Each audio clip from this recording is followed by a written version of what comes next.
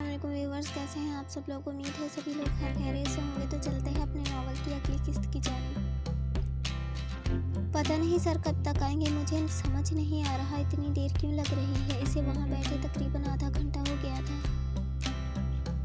जैसे जैसे अंधेरा बढ़ रहा था वैसे वैसे हीर का दिल मुट्ठी में आने लगा। सर पता नहीं कहाँ चले गए, इन लोगों का भी कुछ अता पता नहीं जिनके साथ हम मीटिंग करने वाले हैं। वो परेशानी में उठ खड़ी हुई, तभी धड़ की आवाज़ के साथ दरवाज़ा खुला। हाथ में हराम महलूल थामे लड़खड़ाते कदमों के साथ वलीद मलक ने दरवाज़ा खोला। इसकी हालत पर नज़र पड़ते ही हीर हैरत से दंग रह गई, मगर इससे भी ज़्यादा हैरत उसके लिबास पर हुई। थोड़ी देर पहले जब वो यहाँ से गया था तब उसने ऑफिस का लिबास ज़ेबतन कर रखा था, लेकिन अब नाइट सूट में मलबूस वलीद मलक का लड़खड़ाता वजूद इसे किसी खतरे की निशानदेही करवा रहा था। चादर को अपनी गिर्द मजबूती से लपेट कर वो थोड़ा पीछे हटी। सर आप इस तरह, वो लोग कहाँ हैं जिनके साथ हमें मीटिंग करनी है। लहजे को मजबूत कर इसने जो सवाल पूछा था उसे सुनते ही वलीद मलक ने कहकहा लगाया, तुम्हें क्या लगता है स्वीटहार्ट, इस वक्त मैं तुम्हें जहाँ मीटिंग की डील के लिए लाया हूँ। बेवकूफ़, मुझे लगा अब तक तुम समझ गई होगी। क्या मतलब आपका? आपने ही तो कहा था हम यहाँ ज़रूरी मीटिंग के लिए आए हैं, फिर आप अपनी बात से मुकर कैसे सकते हैं। मेरी जान, तुम्हें पाने के लिए मैं किसी भी हद तक जा सकता हूँ, फिर अपनी बात से मुकरना तो बहुत छोटी सी बात है। वो लड़खड़ाता कदम कदम उसकी तरफ बढ़ने लगा, लेकिन आगे बढ़ने से पहले वो दरवाज़ा लॉक करना नहीं भूला। जैसे ही उसने दरवाज़ा लॉक किया था हीर के कदमों से रही सही जान भी निकल गई। अब उसे पक्का यकीन हो गया था वलीद मलक का इरादा अच्छा नहीं है। आप होश में नहीं हैं। हीर ने अपने बचने की खातिर कोई रास्ता ढूंढना चाहा, लेकिन वलीद की घाघ आंखों ने शायद उसके इरादे को काट लिया था। इसीलिए लपक कर चादर समेत हीर के बाजू को अपनी गिरफ्त में लिया। मेरा बाजू छोड़ें। वो खौफ से कांप रही थी, मगर आज बात उसकी इज्जत पर आ गई थी, इसलिए डरने से काम नहीं बनने वाला था। वो जानता हूँ तुम एक मुशर्रकी लड़की हो, लेकिन इसके बावजूद भी क्या तुम्हारा दिल नहीं चाह रहा इस रात को रंगीन बना लिया जाए। और फिर मैं तुमसे शादी भी करूँगा। तुम इस शानदार फार्म हाउस की मालकिन होगी। इसके अलावा भी मेरी अब्बू की जायदाद है, वो भी तुम्हारी रानी बनाकर रखूँगा। मुझे आपकी बातों में कोई इंटरेस्ट नहीं। मैं जो हूँ, जैसी हालत में हूँ, मेरे लिए वही बेहतर है। आप मुझे जाने दें। मैं मुसलसल अपने बाजू को छुड़वाने की कोशिश कर रही थी। वलीद ने कनपटी मसल कर अपने गुस्से को जब्त किया, लेकिन इस तन्हाई में भला उसे रोकने वाला कौन था। चुपचाप मेरी बात मान लो। लड़कियां वो हीर को दोनों हाथों से थाम चुका था। खौफ के मारे इसका पूरा वजूद लर्ज रहा था, मगर आंखों से शरारे फूट रहे थे। मुझे यहाँ से जाने दे, वरना आपके साथ भी अच्छा नहीं होगा। मुझे धमकियाँ मत दो मेरी जान। मैंने तुम्हें सीधे और शराफत वाले तरीके से मनाने की भरपूर कोशिश की थी, लेकिन तुम्हें अपनी ये 2 टकी की इज्जत अजीज थी, तो सोचा इस इज्जत को ही अपना बना लो। मगर तुम बेफिक्र हो, शादी मैं तब भी तुमसे करूँगा। शायद तुम दुनिया में वो वाहिद खुशकिस्मत लड़की हो जिससे मैं शादी करना चाहता हूँ, वरना एक बार मेरे साथ सोने के बाद दोबारा कोई इस बिस्तर पर नहीं आए सिवाय चंद औरतों के। मगर तुम्हें मैं अपनी इज्जत बनाकर रखूँगा। इसके मुँह से ये मुग़लज़ात सुनकर हीर का दिमाग झंझना गया। एक झटके से अपना हाथ छुड़वा कर अगले ही पल वलीद मलक के मुंह पर जोरदार तमाचा दे मारा। अपने गाल पर हाथ रखे इसने हैरत ज़दा होकर उस नाजुक सी लड़की को देखा जो आज तक उसके आसपास रहते हुए हर वक्त कांपती रहती थी, और आज इसे तमाचा ही दे मारा। गलीज़ इंसान, इज्जत को तार तार कर देने वाला भी इस वक्त इज्जत की बातें कर रहा है। तुम्हें शर्म आनी चाहिए। औरत को पांव की जूती समझ रखा है। जब एक औरत इनकार कर दे तो समझ आना चाहिए इसके इनकार का मतलब इनकार ही है। तुम्हारी इतनी हिम्मत। अगले ही पल उसने अपना भारी हाथ हीर के मुंह पर दे मारा। तवाज़ुन बरकरार न रखते हुए वो औंधे मुंह बेड पर जा गिरी। मैं तुम्हारे सामने शराफत का मुजाहिरा कर रहा हूँ, मगर तुम्हें इज्जत रास नहीं। हीर की चादर को पकड़कर एक ही झटके में उसने दूर उछाला।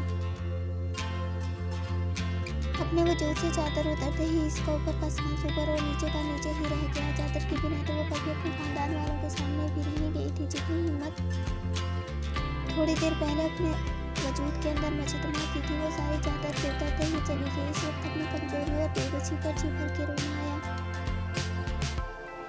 खतरनाक इरादे लिए वो इसकी तरफ बढ़ा, मगर बिजली की तेजी से हीर वहाँ से निकल कर दौड़ती हुई दरवाजे के पास जाने लगी। वलीद को शायद उसके इस कदम का पहले ही अंदाजा था, इसीलिए फुर्ती से उसे पकड़कर दोबारा बेड पर गिराया।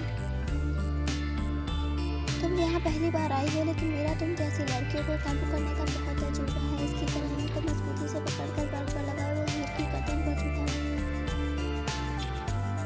एक पल के लिए उसके दिल ने शिद्दत से ये दुआ की थी कि काश वो अपने माँ बाप के साथ ही मर गई होती तो आज जिंदगी ये दिन न दिखाती, लेकिन वो हिम्मत नहीं हारना चाहती थी। अगर इस वक्त हिम्मत हार जाती तो शायद सारी जिंदगी रोने और पछताने के सिवा और कुछ नहीं कर सकती थी। इसीलिए इसने अपना घुटना वलीद की ऐसी जगह मारा कि वो बिलबिला उठा और खुद अपनी चादर की परवाह किए बगैर दरवाज़ा खोलकर वहाँ से भाग गई। वलीद इसकी कार्रवाई देखकर दर्द में भी हंस पड़ा। तुम यहाँ से कहीं नहीं जा सकती, ये पूरा इलाका ही सुनसान है।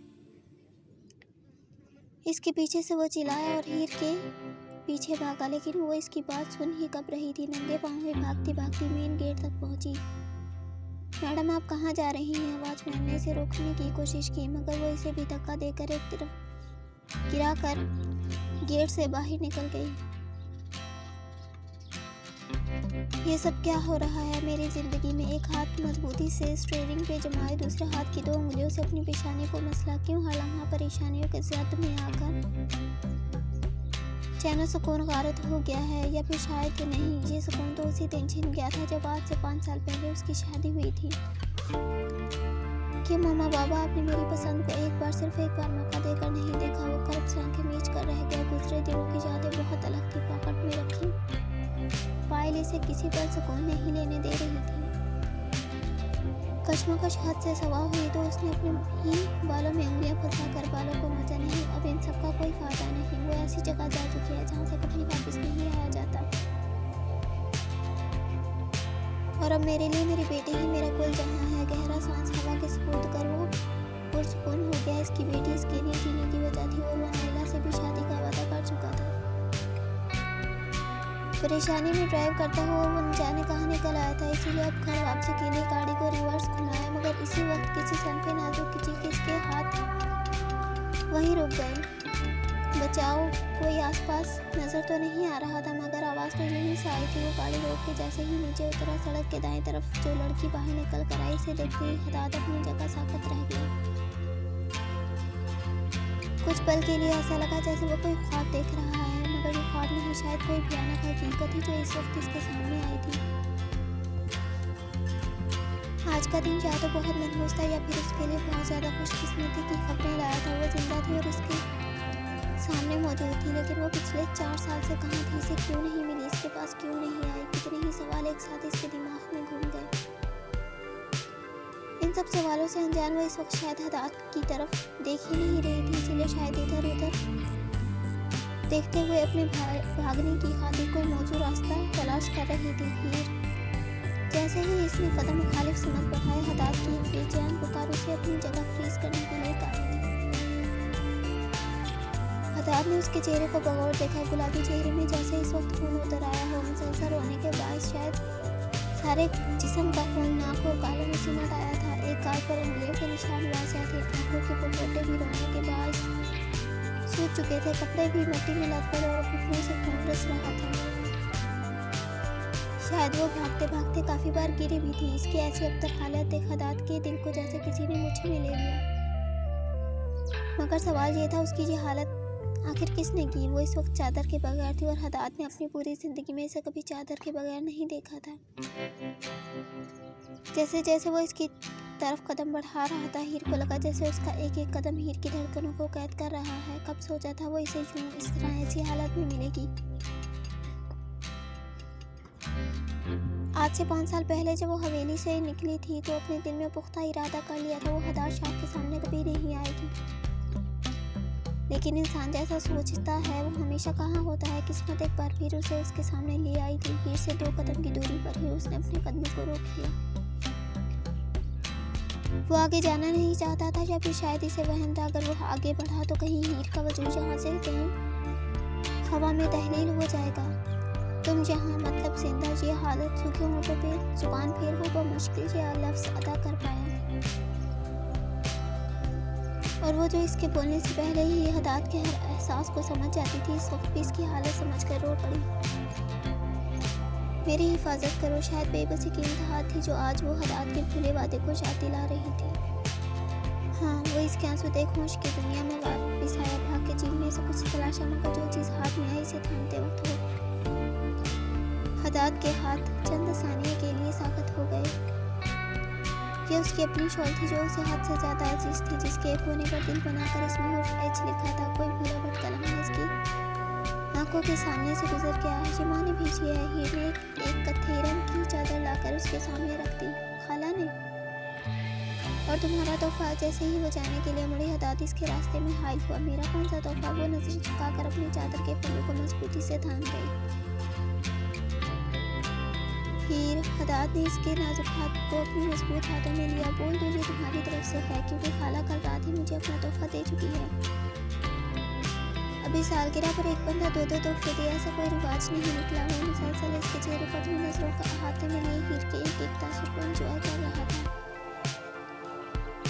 चोरी पकड़े जाने पर उसकी हथेलियों में भी पसीना आ गया, जिसकी नमी हदाद अपनी जोड़ी हथेली पर महसूस कर चुका था। नहीं, वो हाँ, याद आया, ये तोहफा पिछले साल माँ ने आपको देना था। वो भूल गई तो ये तोहफा अब आपके लिए ले आए।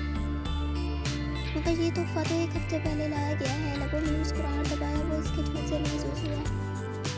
एक हफ्ता पहले इस झूठ के भी पकड़े जाने पर उसने बुरी तरह लब कुचले। मुझे नहीं पता। फिर वो भागने लगी, मगर हदाद ने उसके हाथ पर गिरफ्त मजबूत कर उसे कहीं भी भागने से बाज रखा। एक हफ्ता पहले तुम ये लेकर आए। इसके एक कोने पर अपने हाथों से हुर्फ एच लिखकर कढ़ाई की। सही कहा। वो थोड़ा इसकी तरफ झुककर हीर की आंखों में देखने लगा। हाँ, एच से हदाद। इस बात में सर हिलाकर आखिर वो सच बोल उठी, क्योंकि शायद वो पहले से ही सब कुछ जानता था, इसीलिए झूठ बोलने का फायदा नहीं था। किसने कहा एच से हदाद बनता है? एच से हदाद की हीर भी बनता है। इस कदर खुले इकरार पर हीर ने घबराकर इधर उधर देखा। कमरे में इन दोनों के सिवा कोई नहीं था, लेकिन फिर भी उसे लगा जैसे सारा जमाना उसे ही देख रहा हो। मुझे जाना चाहिए। एक झटके में अपना हाथ छुड़वाकर वो दिल की धड़कनों को संभाले वहां से भाग गई। यादों के झरोके से बाहर निकल वो हीर की तरफ बढ़ा। चादर खोलकर जब हीर के शानों के गिर्द फैलाई तो कुछ वक्त के लिए वो भी अपना रोना भूलकर हैरत ज़दा सी हदाद की तरफ देखने लगी। मगर बीते जख्म याद आते ही आंखों में मिर्चियाँ और चेहरे पर कर भी कर फैल गया। दूर झाड़ियों में खड़े वलीद मलक ने जैसे ही हदाद को देखा तो वहीं से उल्टे पांव वापस चला गया। आज सिर्फ इसकी वजह से हीर हाथों से निकल गई। इस हदाद का कुछ करना पड़ेगा। इसकी वजह से ही मेरे रास्ते रोज बर रोज मुश्किल होते जा रहे हैं। मैं समझ गई हदाद को सबसे ज़्यादा प्यार अपनी बेटी से ही है, इसीलिए मुझे उसे ही पटाना होगा। क्या पता अगर वो मेरे साथ जज्बाती बंधन में बंध गई तो हदाद जल्द से जल्द मुझसे शादी कर ले। ख्यालों में वो हीरा को पूरी तरह अपनी ममता की मोहब्बत में पागल बनाकर हदाद के साथ शादी हाल में मौजूद थी। होठों पे दिल जमी से लिपस्टिक लगाते हाथ इस कदर सुहाने ख्वाब पर थम से गए, लेकिन शायद ख्यालों को भी उसके और हदाद का साथ कबूल नहीं था, इसीलिए फोन की मुसलसल बजती बैल ने इसका दिमाग खराब कर दिया। अब इसको क्या मुसीबत है? स्क्रीन पर जगमगाते असजद के नंबर को इसने खा जाने वाली नजरों से देखा। कॉल पिक करते ही हर लिहाज बालाए ताक रखो इस पर चढ़ तोड़ी। क्या मुसीबत है तुम्हें? कुछ देर सोचने भी नहीं देती इसके खा जाने वाले अंदाज पर वो हंस पड़ा। इतनी गुस्सा क्यों हो रही हो? मैं जानता हूँ कुछ फजूल ही सोच रही होगी। अच्छा, तुम्हें लगता है मैं फजूल हूँ और फजूल ही सोचती हूँ? वो तड़क कर बोली। मैंने तुम्हें फजूल नहीं बोला, तुम्हारी सोचों को फजूल बोला है। वो जैसे इसकी हालत से लुत्फ उठा रहा था। हाँ, तुम्हें बहुत अंदाजा है मेरी सोच फजूल है। बताओ मैं क्या सोच रही थी? वो अपने तथ्यों से चैलेंज कर रही थी, मगर असद के लिए तो ये कोई बचकाना ही सवाल था, इसीलिए वो खामोश ही रहा। नायला के चेहरे पर फतामंदाना मुस्कुराहट फैल गई। मैं जानती थी तुम्हें कुछ नहीं पता, इसीलिए अगली दफ़ा फजूल अंदाज़े लगाने की ज़रूरत नहीं है। इसमें अंदाज़ा लगाने जैसा कुछ भी नहीं। कोई बेवकूफ़ भी बता देगा तुम इस वक्त हदाद के बारे में सोच रही हो। इसके अंदर उस अंदाजे पर वो कुछ पल के लिए दंग रह गई। हाँ तो सोच रही थी, मगर इसमें फजूल क्या है? हम दोनों शादी करने वाले हैं, इसके बारे में नहीं सोचूंगी तो क्या तुम्हारे बारे में सोचूंगी? इसने जहाँ डांस किया था असद भी समझ रहा था। मेरे बारे में सोचती तो कोई कबाहत नहीं थी, लेकिन तुम हदाद के बारे में सोचती हो, जो कि सरासर बेवकूफ़ी है। वो उसे दोबारा बेवकूफ़ बोल रहा था। मैं तुम्हारा मुंह तोड़ दूंगी। तुम जहाँ बात कर रहे हो मुझे अच्छी तरह समझ आ रहा है, लेकिन तुम्हारे मन की बात कभी पूरी नहीं होगी। वो उसे न जाने क्या जताना चाहती थी। मेरे मन की मुराद पूरी हो भी सकती है, लेकिन तुम्हारे मन की मुराद मुझे इस बार भी अधूरी ही नजर आ रही। Shut up, just shut up. खबरदार जो अपनी काली जुबान से कुछ भी ओल फोल निकाला, मैं तुम्हारा गला दबा दूंगी। इस बार मेरे मन की मुराद ज़रूर पूरी होगी, लेकिन इस बार मेरे रास्ते में कोई रुकावट नहीं है। मगर फिर भी मुझे तुम्हारी सोच पर अफसोस है। तुम एक ऐसे इंसान के साथ शादी करने के ख्वाब देख रही हो जो तुम्हें न कल पसंद करता था और ना ही आज पसंद करता है। इसने मुझसे शादी का वादा किया है। इस कदर कड़वे सच पर वो तिलमिला उठी। उसने तुमसे शादी का वादा सिर्फ इसलिए किया है क्योंकि तुमने उसके सामने नस काटने का ड्रामा रचाया था। तुम कहना क्या चाहते हो? मैं ड्रामे करती हूँ? मैं सच में उसके बगैर नहीं जी सकती। वो शायद खुद को ही धोखा दे रही थी। ये सच और झूठ का फर्क तुम दूसरों को बताया करो। मैं जानता हूँ तुम किस कदर अपनी जान ले सकती हो। तुम मर जाओ अरशद। तुमने मुझे जलील करने के लिए फ़ोन किया है। नहीं, मैं तुम्हें हकीकत का आईना दिखाना चाहता हूँ। मुझे ये आईना नहीं देखना, अपने पास रखो। मगर मेरे ख्वाब सच होते तुम अपनी आंखों से देखोगे। इस बार मेरी राह में कोई रुकावट नहीं है। ना इसकी बीवी हूँ, ना ही इसकी महबूबा। मगर तुम तो इससे प्यार ही नहीं करती नाइला। अरशद ने दोबारा उसे दबाया तो वो चीख उठी। मैं इससे बहुत मोहब्बत करती हूँ और इस मोहब्बत का सबूत मैं दे चुकी हूँ। कौन सा सबूत दिया तुमने? अरशद हैरान हुआ। मैंने इसकी पहले बीवी की बेटी को दिल से कबूल किया है। इसे मैं बिल्कुल माँ जैसी मोहब्बत करूँगी। किसी औरत में इतना ज़र्फ नहीं। वो किसी और के बच्चे को अपना बना ले, मगर मैंने बना लिया। इसकी बात पर अरशद का कहकहा बुलंद हुआ। तुम हंस क्यों रहे हो? नाइला ने दांत चबाई। मैंने पहले ही कहा था तुम दूसरों को बेवकूफ़ बना सकती हो, मगर मुझे नहीं। तुम्हें इस लड़की से कोई लगाव नहीं। माँ जैसा प्यार देना तो बहुत दूर की बात, तुम उसे सिर्फ बर्दाश्त करती हो। अरशद की बात पर वो बिल्कुल खामोश हो गई। दफा हो जाओ तुम फजूल इंसान। बिना इसकी कोई बात सुने नायला ने फ़ोन रख दिया। हदात के पास जाने का सोचकर जो मूड बेहतरीन हुआ था, अरशद की बातों से तबाह हो चुका था। मैं कहीं नहीं जा रही। ये इंसान काली बिल्ली जैसा है। जब इससे बात होती है तब मेरे साथ कुछ बुरा ही होता है। दुपट्टा, सैंडल, झुमके, हेयर क्लिप उतार कर वहीं फेंकते हुए वो आकर बेड पर बैठ गई। जाने का इरादा भी कैंसिल कर दिया था।